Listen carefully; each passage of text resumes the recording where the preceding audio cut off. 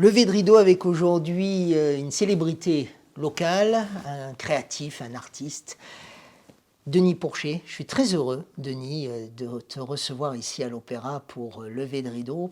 Et puis je te reçois avec un peu de malice de ma part, puisque pour une fois, c'est toi qui vas souffrir devant mon objectif, ou mes objectifs. Toi, quand tu me prends en photo, il y a un objectif. Moi, quand je te reçois, il y a 3 objectifs. Photographe qui a su trouver le point commun entre des visages de personnes et des usines ou des immeubles. Il est où le lien entre ces 3 modèles, entre guillemets, que tu sais photographier? La diversité, mon cher Marc, la diversité, parce que si je ne prenais que, par exemple, des photos culinaires, au bout d'un moment, je crois que je m'ennuierais. Donc, l'intérêt dans la photo, c'était d'être très généraliste. C'est vrai que de prendre un portrait un jour, une usine le lendemain et un plat cuisiné après, je trouve cette diversité enrichissante et surtout non lassante. Est-ce que tu te souviens du premier cliché, peut-être pas que tu as fait, mais qui t'a dit « je serai photographe professionnel » ? Tu sais, j'ai un parcours assez particulier. Je suis un autodidacte d'abord. Je n'ai pas une formation de photographe. Je suis tourneur, fraiseur, ajusteur, ce qui est très étonnant. Et je suis venu à la photo assez progressivement. J'avais déjà pratiqué à l'école, comme beaucoup de ma génération, dans les fameux clubs photo qu'on avait. Donc il y avait déjà quelque chose de révélateur. Ça coïncide avec le produit d'ailleurs. Et j'ai fait moult métiers auparavant. Après avoir fait tourneur-ajusteur pendant 1 an à peu près, et j'y suis venu progressivement. J'ai d'abord été dans l'imprimerie. Ensuite, j'ai monté une agence avec deux associés qui s'appelait Matière Grise. Je ne sais pas si tu te souviens. Et je suis venu à la photo réellement à partir de là, c'est-à-dire à partir de 1989. Et à un moment donné, tu as souhaité travailler tout seul, en fait. Oui, parce qu'on se battait. Et est-ce que, mais c'est peut-être pas un hasard quand on décide de travailler seul alors qu'on a travaillé avec les autres. Ça veut dire quoi pour toi, ça? Déjà, j'étais novice dans la com, puisque les autres étaient déjà des professionnels, hein. Ils étaient très créatifs. Donc j'ai appris à développer la créativité avec eux, mais il y avait des tensions, des rapports de force, et chacun est parti de son côté d'ailleurs. Et après, quand j'ai travaillé tout seul, j'avais la liberté. Enfin, une certaine liberté. Et j'ai commencé dans les années 80, donc à partir de 89, vraiment la photo.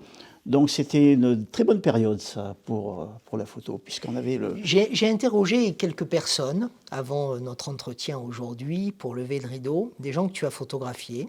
Je te dirai pas qui. Oui. Mais il y a, parce que tu serais capable de leur passer un coup de fil même pendant le tournage. Mais en fait, il y a un point commun à toutes ces personnes, c'est elles m'ont dit que être photographié par Denis Pourchet, c'était avoir une forme d'appréhension sur soi-même, parce que tu sais extraire quelque chose que certaines personnes ont envie de cacher. Oui, mais alors je comprends ça, parce que j'ai un côté très auvergnat, un côté très brut. Je rentre dans les gens. Hein. Enfin, il le dit avec beaucoup de tendresse. Hein. J'ai un côté très brut. Côté très brut. Mais c'est le côté auvergnat, ça. Et par exemple, tous mes clients me tutoient. C'est curieux, hein. C'est-à-dire que je n'ai pas un client qui me vous voit. Et c'est pas moi qui les tutoie d'avance. Hein. J'attends bien sûr que... Mais il y a une familiarité. Et c'est ce côté brut et assez simple, en fait. Hein. Et puis assez maladroit qui fonctionne bien. Ouais, mais c'est une maladresse organisée. Non, pas du tout. Non, parce que je suis pas très adroit, en fait. Hein. Je sais pas, quand je t'avais pris en photo, je rentre partout dans... oui, j'ai de la maladresse, mais...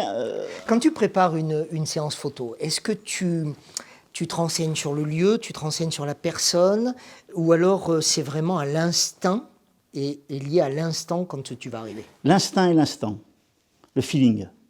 Je ne prévois pas à l'avance, sauf pour des photos, par exemple, hors portrait, une photo où... Parce que je fais beaucoup de photos un peu conceptuelles, mise en scène. Donc, quand on me demande, par exemple, de mettre en valeur un lieu ou une personne, oui, je la travaille dans ma tête. Et après, quand je l'ai bien dans la tête, elle fonctionne comme ça. Mais les portraits, c'est un feeling, vraiment au dernier moment. Hein. On a vu tout à l'heure dans le générique, on faisait un selfie sur la scène, Oui. tous les deux. Tu as amené ton téléphone avec toi et tu m'as dit que tu voulais me montrer des photos. Oui. Alors on va regarder les photos. Oui. Est-ce que tu peux me confier ton téléphone? Oui. Voilà, confie-le-moi, fais attention à ne pas le faire tomber. Allume-le parce que je serais bien embêté, je ne connais pas le code. D'accord. Encore. Alors, voilà, hop. tout ça c'est quasiment du direct. Voilà, j'espère que ça va bien tenir. Et on va voir quelques photos. Ouais. Que tu as souhaité nous montrer un peu plus précisément.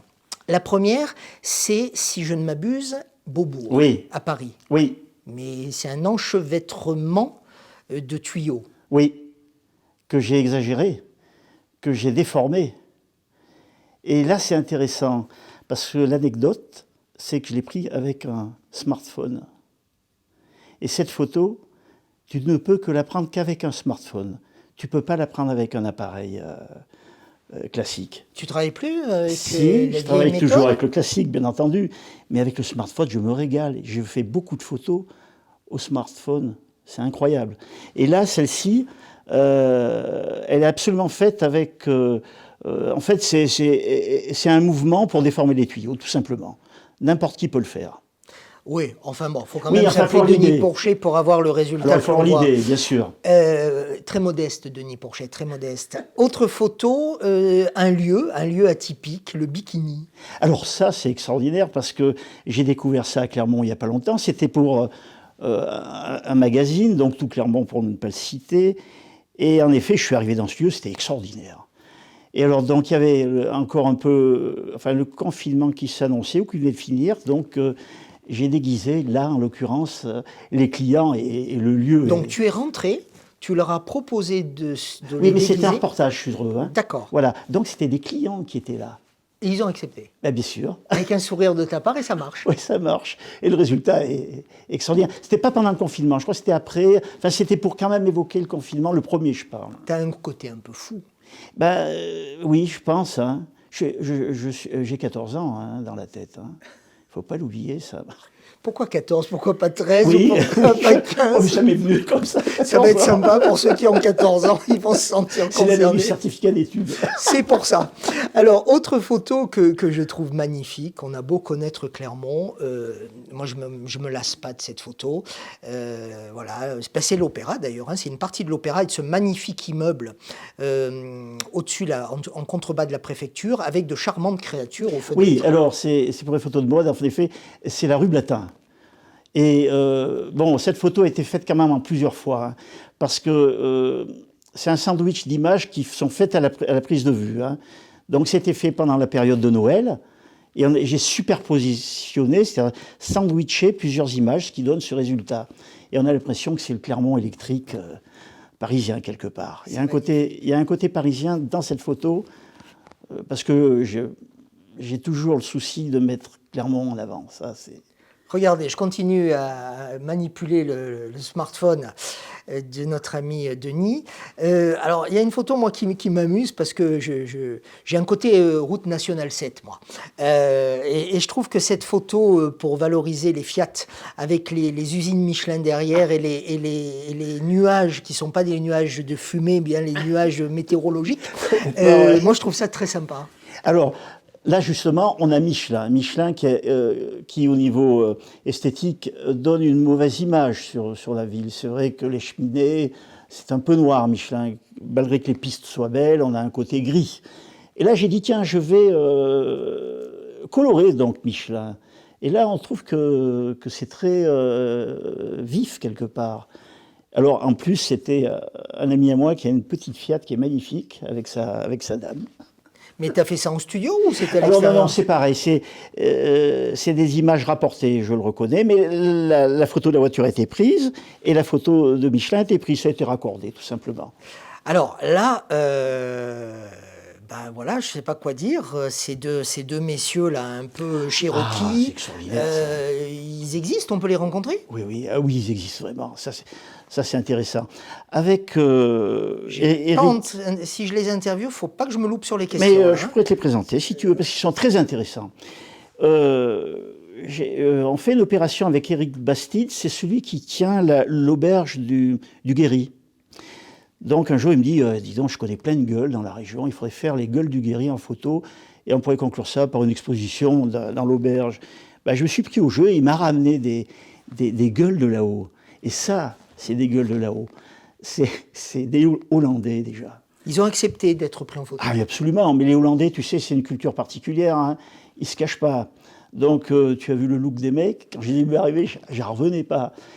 Et lui, celui de gauche, il est entrepreneur, mais très très connu, entrepreneur de travaux publics, Mais je tu crois. lui as demandé, c'est toi qui lui demandes d'être torse nu ou c'est lui qui, Ah parce non, que tu le prends là, en photo? c'est entièrement libre. Là, je lui ai dit, tu veux te faire prendre? Alors, comme il a un look particulier, on le voit très mal sur la photo, mais il a des dents en or.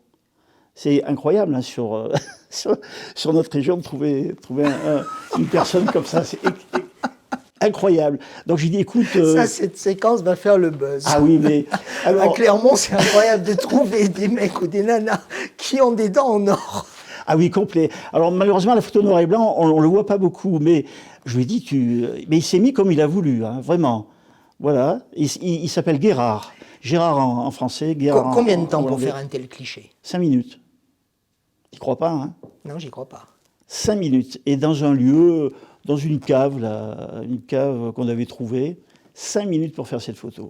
Mais il y a un côté, Denis Pourchet, il y a un côté, je pose ton téléphone, il y a un côté nonchalant en toi, qui fait que, c'est pas que tu nous pièges, mais quand tu prends une photo, on se demande vraiment comment tu réussis à saisir l'instant. Je te dis, hein, c'est ce côté brut qui met peut-être à l'aise ou mal à l'aise, je sais pas. Hein. En général, ça passe toujours bien. Hein, parce que j'ai eu photographier les Américains et je sais très mal, je parle même pas anglais, mais le peu que je leur dis, c'est parfois interprété très mal. J'ai eu des problèmes avec les Américains qui se sont vexés. La culture n'est pas la même. Mais en France, donc, je connais mieux la langue, bien sûr, ça passe toujours bien parce qu'il y a un côté, comment dire, humoristique quand même. J'ai ce côté brut, mais en même temps, je fais rire. Est-ce qu'il y a des photos signées Denis Pourchet qu'on ne verra jamais parce que pour toi, elles sont des chefs-d'œuvre, mais quelque part, tu n'as pas à les rendre publiques? Oui, mais je ne les montre pas parce que, comment dire, c'est pas que je veux pas les montrer, mais je les trouve pas assez fortes peut-être. Alors qu'elles le sont peut-être, parce que c'est toujours vu par moi. C'est curieux. C'est quoi la force d'un cliché? Comment? C'est quoi la force d'un cliché photographique? Alors, d'abord, c'est le résultat de la créativité. Hein.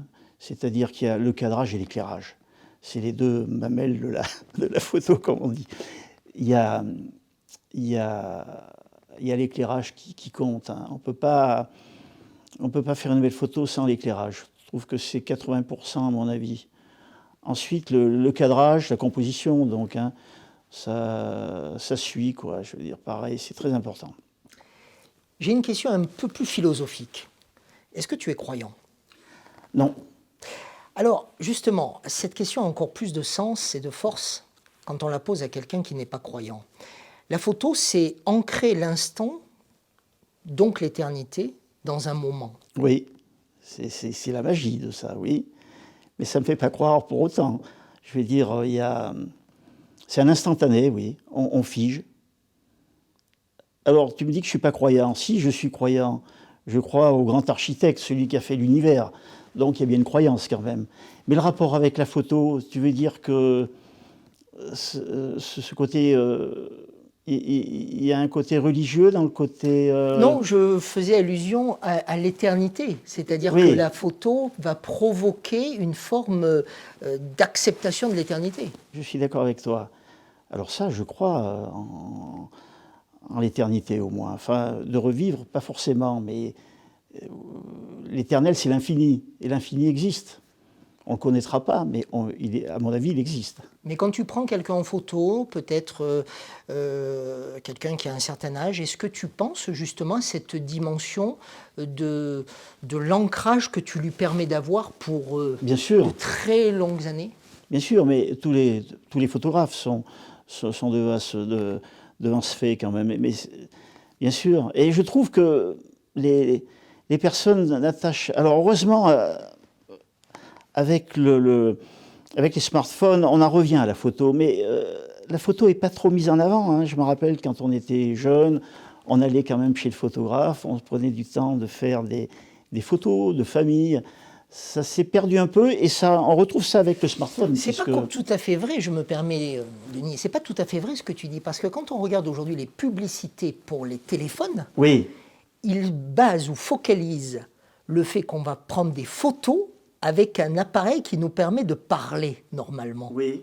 Donc ça veut bien dire que la photo, elle crédibilise la vente. Oui, mais c'est ce que je te dis en fait, parce qu'avec le smartphone, il y a un regain de la photo. Et il y a des amateurs, tu vas sur les réseaux sociaux, il y a des photos magnifiques. Hein. Ça s'est démocratisé et ça se banalise un peu aussi, je trouve. C'est vrai que tu vas sur, pour ne pas le citer, Instagram, tu as des photos de notre région magnifiques. Donc toi, tu ne fais pas partie de ces photographes qui ont pleuré le jour où les smartphones sont arrivés? Ben, malheureusement, je pense que c'est le smartphone qui va reprendre la relève. La preuve, c'est que j'ai fait une photo de Beaubourg avec un smartphone et puis bien d'autres. Hein. Et il faut le reconnaître, ça sera une nouvelle forme d'appareil. Hein. Denis, c'est la fin de notre entretien dans cette collection Au lever de rideau, de cette conversation que nous avons aujourd'hui et j'en suis très heureux. Regarde la scène, on y était tout à l'heure, on l'a vu dans le générique. Imagine que tes amis soient là devant toi dans cette salle. Ouais. Tu leur dis quoi? Bonjour.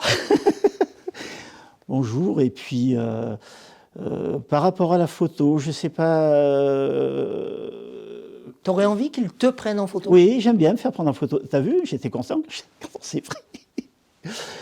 Ben, ça serait marrant qu'ils me prennent en photo, par exemple, tiens. Je les inviterais à venir, ça serait moi de l'autre côté de l'appareil. Ça serait peut-être une bonne idée. Bon, bah, tu sais ce qu'on va faire? Je n'ai pas mon téléphone avec moi. Allume ton téléphone s'il te plaît, et c'est moi qui vais te prendre en photo, et ça sera l'image de fin de cette je vais te le régler. émission. On est vraiment en quasi-live, dans la collection Lever de rideau, avec le soutien de Clermont-Auvergne Métropole. Je savais qu'interviewer Denis Pourchet n'était pas un moment comme un autre, et voilà, ça c'est une photo que je serai le seul à avoir, et elle va sur les réseaux sociaux. Merci, à très vite. Merci, Marc.